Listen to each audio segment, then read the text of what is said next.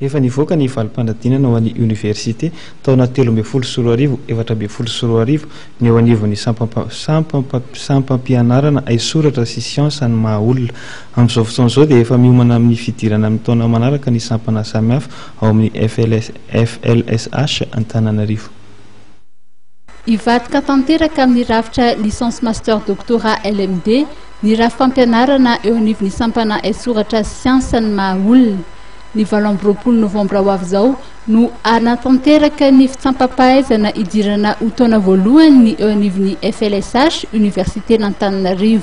Fitsampam-pahaizana ho an'ny mpianatra vao afaka baccalauréat teo, nafaka baccalauréat taloha dia amin'ny zoma 20 ny volana novambra 2024 izao. Ny fitsampam-pahaizana feokitra mandeha ny atao aminay zany fitsampam-pahaizana test fa tsy fifaninanana akory. Dia izy io tapany maraina ihany izy io 20 ny volana novambra ho avy izao, ary ny fisofatanana dia mbola misokatra zany hatramin'izao ahafahan'ireo te hiditra ato amin'ny faculté de lettres et sciences humaines miditra amin'izay. Momba ny fidirana moa efa mivoaka daholo ny résultat rehetra ho an'ireo fampianatra tato dia any amin'ny 1 décembre any misy nataony rentrée administratif dia efa misy rentrée pédagogique zany ho an'ny arakarak'izay fandamina ny département tsirairay ihany.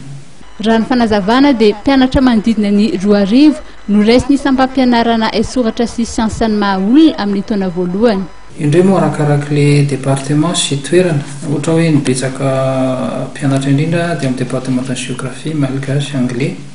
Ireo zany tena betsaka, ary koa ny communication, fa misy koa ohatra ny langue étrangère tsy dia betsaka ny raisiny dia arakarak'ilay toerana sy ny isan'ny mpampianatra ihany no département ka io ny conseil scientifique any amin'ny département tsirairay ihany zany mandinika hoe firy no raisitsika dia alefany aty amin'ny doyen zany dia arakarak'izay hatramin'izay aloha ny ho an'ilay taona voalohany vao miditra eo amin'ny 2,000 ny raisina zany amin'ireo mpifanina eo amin'ireo mpanao fitsampam-pahaizana.